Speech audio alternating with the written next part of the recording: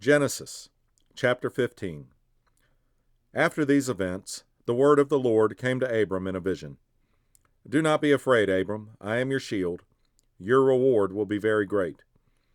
But Abram said, Lord God, what can you give me, since I am childless, and the heir of my house is Eleazar of Damascus? Abram continued, Look, you have given me no offspring, so a slave born in my house will be my heir. Now the word of the Lord came to him. This one will not be your heir. Instead, one who comes from your own body will be your heir. He took him outside and said, Look at the sky and count the stars, if you are able to count them. Then he said to him, Your offspring will be that numerous. Abram believed the Lord, and he credited it to him as righteousness. He also said to him, I am the Lord who brought you from Ur of the Chaldeans to give you this land to possess. But he said, Lord God, how can I know that I will possess it? He said to him, Bring me a 3-year-old cow, a 3-year-old female goat, a 3-year-old ram, a turtle dove, and a young pigeon. So he brought all these to him, cut them in half, and laid the pieces opposite each other, but he did not cut the birds in half.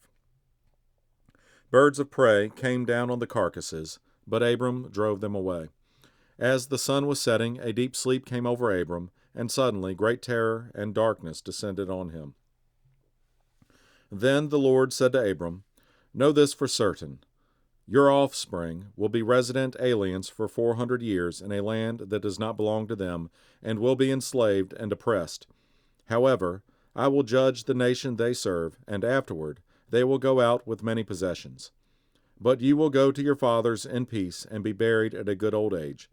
In the 4th generation they will return here, for the iniquity of the Amorites has not yet reached its full measure. When the sun had set and it was dark, a smoking firepot and a flaming torch appeared and passed between the divided animals. On that day the Lord made a covenant with Abram, saying, I give this land to your offspring, from the brook of Egypt to the great river, the Euphrates River, the land of the Kenites, Kenizzites, Cadmonites, Hittites, Perizzites, Rephaim, Amorites, Canaanites, Girgashites, and Jebusites.